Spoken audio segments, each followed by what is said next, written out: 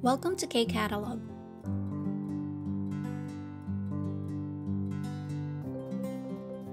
Level 3, Unit 12, Textbook, page 163, 쓰기, writing part na tayo. So, yung number 1, instruction, 여러분, 고향에는 어떤 명절이 있습니까? So, sa iyong hometown or sa iyong lugar, sa bansa mo, anong holiday ang meron? 한국의 명절과 여러분 고향의 명절은 어떻게 다릅니까? So, tinatanong, no, paano nagkaiba? What's the difference between the holiday sa lugar mo or sa bansa mo, holiday sa iyong country, versus sa holiday sa Korea? Okay, so ano yung pagkakaiba? That's why dito sa ating table, mayroon tayong 한국의 명절, Korea's holiday, and 고향의 명절. So yung country. Okay, so country's holiday, bansa mo. So dito 명절 이름 sa Korea, ang meron is yung Seollal. Okay, so example natin is yung Seollal. Diba, dalawa yung kanilang pinaka-representative holiday, Seollal at saka Chuseok. So gamitin natin si Seollal. So sa atin naman sa Pilipinas, ang meron tayo is kapareho ng Seollal, bagong taon. Okay, so it's either we can use the bagong taon na word, okay, so bagong taon, or English term, New Year's Eve. Okay, so New Year's Eve kasi talaga natin sineselebrate, diba? So parang yun yung pinaka-big event sa atin. Okay, so New Year's Eve. And then, you can, say this sa Korean as Sehe. So, Sehe means New Year. And then yung Eve, Jeonnya. Okay? So, next, Nalta. So, kailan sineselebrate? So, si Seollal, 음력, using yung lunar calendar, sineselebrate siya ng 1월 1일. January 1, 음력, lunar calendar. Tayo, ang gamit natin is yung Gregorian calendar. So, not the lunar, no? So, tayo naman ay 양력. And then, since New Year's Eve, so instead na January 1 yung sineselebrate natin, although sineselebrate din natin yung January 1, pero again, yung mas pinaka parang big event sa atin is yung, diba, pagsalubong dun sa New Year. So, which is New Year's Eve. So, we will write December 31. So, 12월 31일. Okay, so dito, 음식. So, ano yung food na kinakain during this holiday? So, sa Korea, sa Seollal, ang kinakain is yung tteokguk. Then, sa Pilipinas naman, based to sa nakasanayan, no? So, traditionally, may hinahanda na iba't ibang pagkain. And ang hindi nawawala is yung 12 kinds ng bilog na prutas. Okay, so we're going to write it here. 12가지의 둥근 과일. Okay? So, sa Seollal, bukod sa tteokguk, may iba pa rin silang hinahanda. Sa atin din, ganun din naman. Kaya lang parang yung pinaka, hindi nawawala sa pagkain sa araw na yon. So, yun yung nilagay ko. No? Kung sa kanila, tteokguk, sa atin naman, yung 12 kinds ng round fruits. Next, dito tayo sa 그 음식을 먹는 이유. So, ano daw yung reason kung bakit kinakain yung pagkain na to, yung tteokguk. At saka yung sa Pilipinas naman, 12 kinds of round fruits. So, dito, sa Seollal, pagkain ng tteokguk, ibig sabihin, 건강하게, 오래 살기를 기원한다. Ayan. So, again, no? Ibig sabihin nito, 건강하게, to be healthy and to live a long life, no? 오래 살기를 기원한다. 기원한다, ibig sabihin to hope. Okay? So, sa atin naman, yung ibig sabihin ng pagkakaroon ng 12 kinds ng round fruits sa atin sa ibabaw ng mesa is to be healthy and wealthy, no? Sa isang buong taon. So, we can write here, 1년 동안. 1년 동안 건강과 부를 기원한다. So, gawin na lang din natin 기원한다, which means to hope, no? Or wish. Yan. So, wishing for a year ng health and wealth. So, yung bu dyan means wealth, no? Okay, tapos gonggang, health. Next, pungsup. So, ano yung nakagawian during Solal? So, dito na papasok yung mga bata, nagbabaw sa mga matatanda, and then yung mga matatanda, nagbibigay ng well wishes sa mga bata, and binibigyan ng sebeton yung mga bata, no? So, dito natin isusulat yon. So, unahin natin yung pagbabaw ng mga bata sa matatanda. So, ares saram. Ares saram은 윗사람에게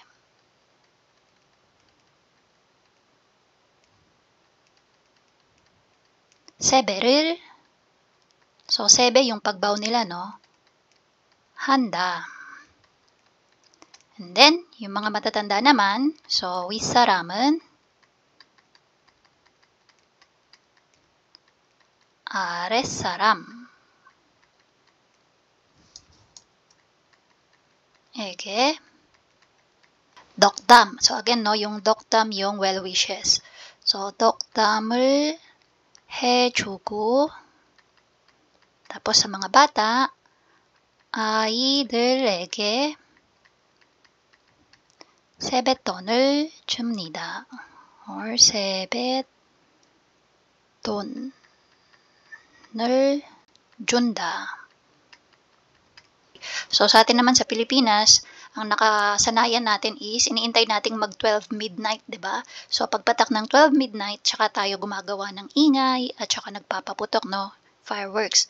Yan. Tapos, pagkatapos nun, magkakainan na, and then, yan, kantahan. So, celebration na, no? So, gawin natin, yung 12 midnight in Korean is 자정.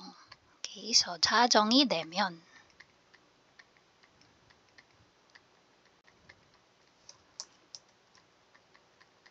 Yan. Tapos, 큰 소리. So, yung ingay, no? 큰 소리를 내면서, habang nag-iingay, okay, so kahit anong ingay man yan, pagsigaw, pagpukpok ng mga lata or mga kawali, yan.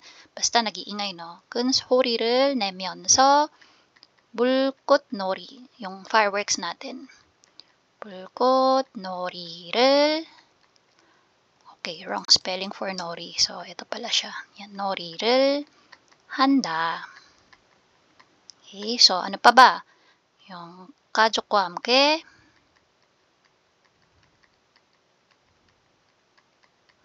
모여서, so gather together, 맛있는 거 먹고,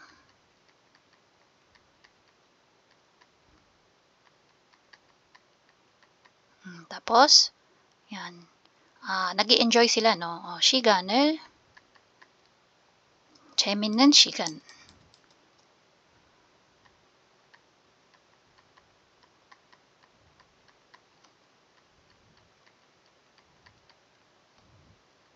보낸다. So, meron na tayo nung table dito. Punta natin yung instruction number 2. 한국의 명절과 고향의 명절은 비교하는 글을 써보세요. So, sabi, ang isusulat daw natin is yung comparison, no, nung dalawang holiday. So, holiday sa Korea at saka holiday sa atin, sa Pilipinas. So, gagamitin lang natin kung ano yung nandito sa table. Gagawin lang natin siyang paragraph form. Okay, so try natin gawin. Okay, so yan, no, nilagay ko na dyan yung ginawa ko. So, sabi kasi, no, pag-compare yung Myeongjol sa Korea, yung Solal nila, tapos yung sineselebrate sa atin, which is yung New Year's Eve. So, dito, yung first paragraph ko, ginawa ko yung sa Korea, Solal, and then, second paragraph sa Pilipinas naman, no, New Year's Eve. So, basahin natin. 한국에서는 음력 1월 1일에 설날을 맞이한다. So, ginamit ko yung ending na niyanda, nanda, at saka da, no? So, again, yung rule for that ending, kapag adjective, yung dudugtungan mo or yung ending mo ay adjective, ang word, ang idudugtong mo lang is da. So, as is, no, yung adjective. Yepuda, yepuda. Mashita, mashita. Pero kapag ang word mo or yung sentence mo mag-e-end sa dongsa or verb, that time you have to think, no? May batchim ba or wala yung verb. So, kapag may batchim, 는다. Pag walang 받침, niunda. So, ito, yung 맞이한다. Ibig sabihin nito is to celebrate or welcome, no? Welcome or celebrate. Another term for 축하한다 or 합니다. We can also use this 맞이하다 na word, no? So, using yung niunda na ending, magiging 맞이한다. So, again, yung Korea, sineselebrate nila or wini-welcome nila yung Seollal during January 1 ng lunar calendar. Inare는 한국 사람들이 떡국을 먹는다. Sa araw na to, kumakain ng 떡국 ang mga Koreans. 떡국을 먹으면 건강하게 오래 살기를 기원한다. Kapag kumain ng 떡국, it's hoping, no? It's like you're hoping or wishing for a healthy and long life. So, dito na pinasok yung ibig sabihin nung food na kinakain during Seollal. 그리고 이날에 아랫 사람은 윗사람에게 세배를 한다. So, sa part na to hanggang sa last sentence, dito na pumasok yung mosup or yung mga nakagawian traditionally na ginagawa during Seollal. So, yung first part, sa araw nito, yung mga bata ay nag-greet sa mga matatanda. 세배를 받은 윗사람은 아랫. Ayan. So, malito, no? Hindi siya iret. Yan. So, typo. Yan. So, gawin natin So, dapat ayan, no? So, 아랫 사람에게 덕담을 해주고 아이들에게는 세뱃돈을 준다. So, yung mga naka-receive ng greetings ng mga matatanda sa mga, naman, no? Sa mas bata sa kanila, yan, 아랫 사람 or mas mababa yung, posisyon kaysa sa kanila, they give yung doktam, well wishes, and at the same time, sa mga bata, they give yung 세뱃돈. Okay, so next, dito na tayo sa second paragraph sa Pilipinas naman. 필리핀에서는 양력 12월 31일에 새해 전야를 맞이한다. So again, no, 맞이한다, to welcome. So sa Pilipinas naman, December 31 ng 양력. So yung 양력 natin is yung Gregorian calendar or yung ginagamit talaga worldwide na calendar. Okay, so we celebrate during December 31. Then 새해 전야. So again, ibig sabihin nito is yung New Year's Eve.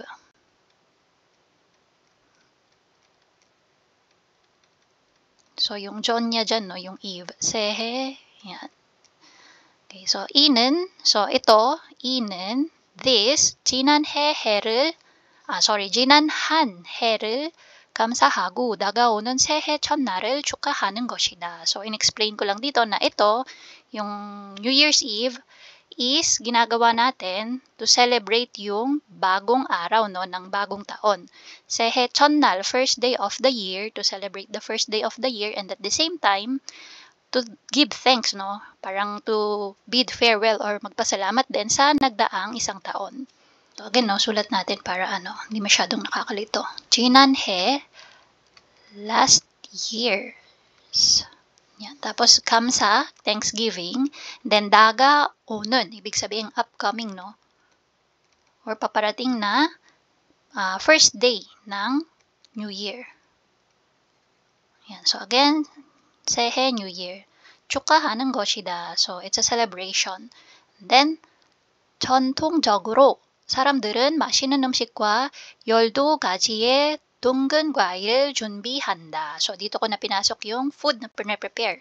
So, sabi ko dyan, traditionally, 전통적으로, yung mga tao ay nagpre-prepare ng masasarap na pagkain kasama yung 12 kinds ng bilog na prutas. So, next, 12가지 둥근 과일은 한 해의 12개월 12개월을 상징하며. So, itong part na to. So, in-explain ko na yung 12 kinds ng round fruits ay nire-represent, no? 상징하다. So, it's like symbolizes. Okay? So, symbolizes 12 months of the year. Okay? So, yun yung parang nire-represent or sinisimbolize niya. So, that's why 12 siya. Tapos, 1년 동안, for a year, 건강과 부를 의미한다. So, it means you are like wishing for a year of health and wealth. Okay, so, 자정이 되면 모두가 큰 소리를 내면서, so, 자정, again, yung 자정 means midnight. Okay, so 12 midnight. Pagdating ng alas 12, yan, so lahat ay gumagawa ng ingay. 큰 소리를 내면서. So while making noise, yan, nagfa-fireworks din, no? So 불꽃놀이를 한다.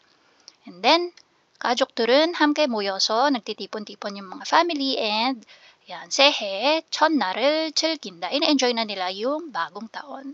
Okay, so kumanta man yan, mag-inuman man yan, so that's it. Ayan, yung ating writing ng Level 3, Unit 12, no? Okay, so about sa Myeongjol.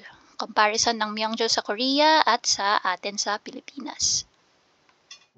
And that's it. If you find this video helpful, please hit the like, share, and subscribe button. So I still hope to see you in the upcoming videos, and again, thanks for watching.